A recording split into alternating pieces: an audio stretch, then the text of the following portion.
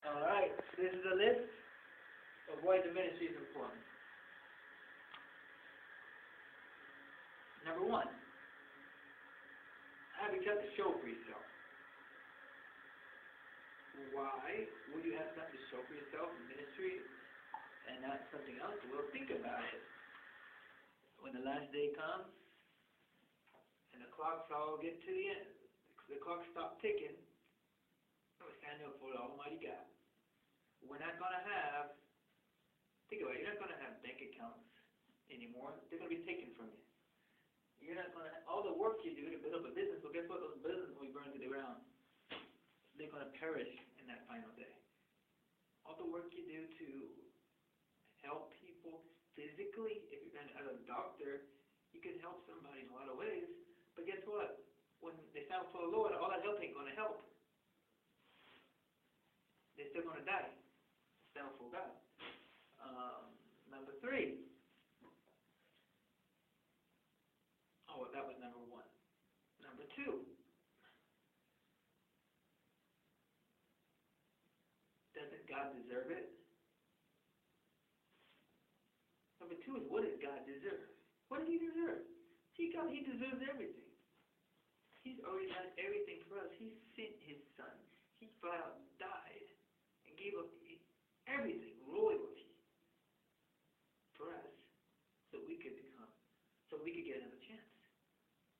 So it's like, what does God deserve? That's why. Because does He deserve anything less? That's why ministry. He deserves it.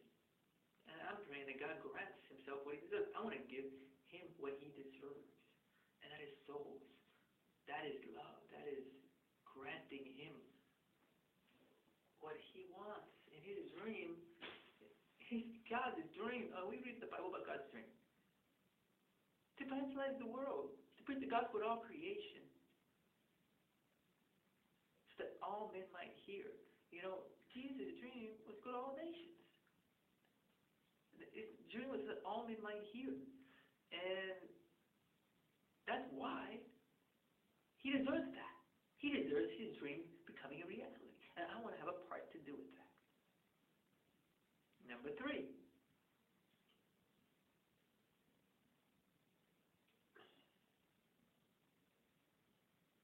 Does anything else matter?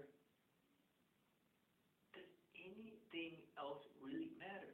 You go to the book of Ecclesiastes, he said undertaking major projects, no matter what kind of project you're taking, undertaking big business projects, or whatever kind of project, but it's meaningless in the end. It's meaningless. It doesn't, it's a chasing after the wind, he says. It's wasting your time. I don't want to work my whole life at something and just be chasing the wind and find out at the very end of my life that all that work was for nothing. It's all just bash. I don't want that. I don't like wasting time. I don't like wasting my life. Wasting my whole life doing something that he's got to amount for something. Number four.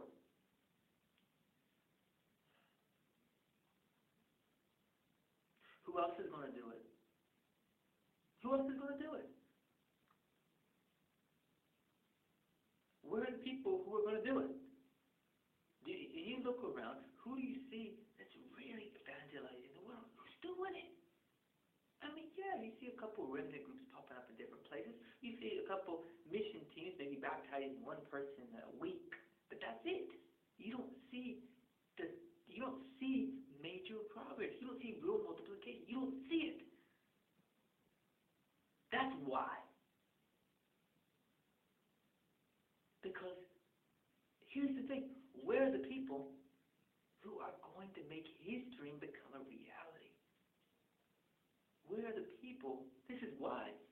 Because when you look around, where are the people who are going to do great things for God and truly baptize scores and scores of people, the hundreds, the thousands,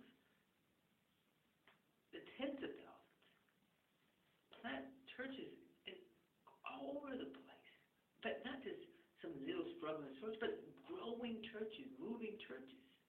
They're advancing against the gates of Satan. 5.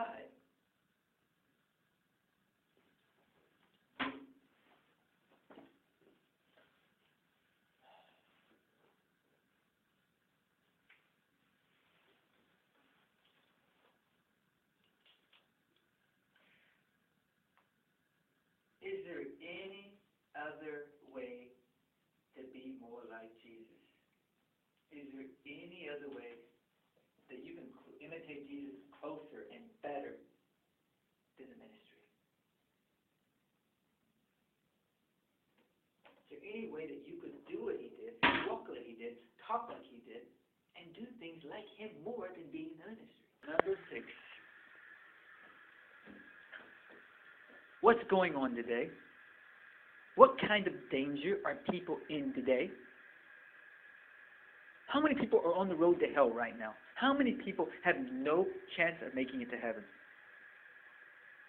How many people will never even know how to get to heaven? How many people won't make it? All right? And if you do not go into the ministry, if you do not, how many people is that going to impact their eternal destination?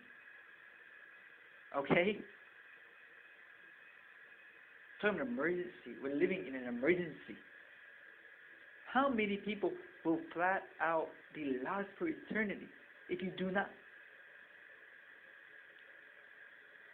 Number 7.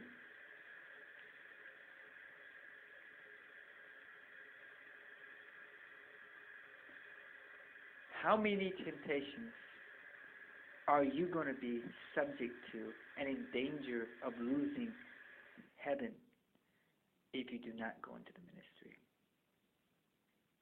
How hard, number B of 7, how hard is it going to be for you to resist the temptations and the wealth of this world, the joy of life, and the deceit of riches? How hard is it going to be for you to overcome that if you do not take the low road of the ministry?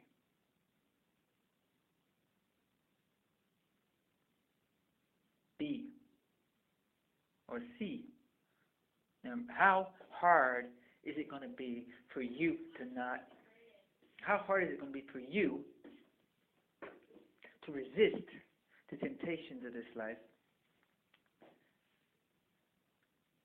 from women like Delilah, or like women like Bathsheba? How hard is it going to be for you to stay focused on the Lord if you're not giving Him your all in the ministry and you're just doing anything, trying to just make a living? Are you going to be able to resist those kind of temptations if you're not giving your all to the Lord?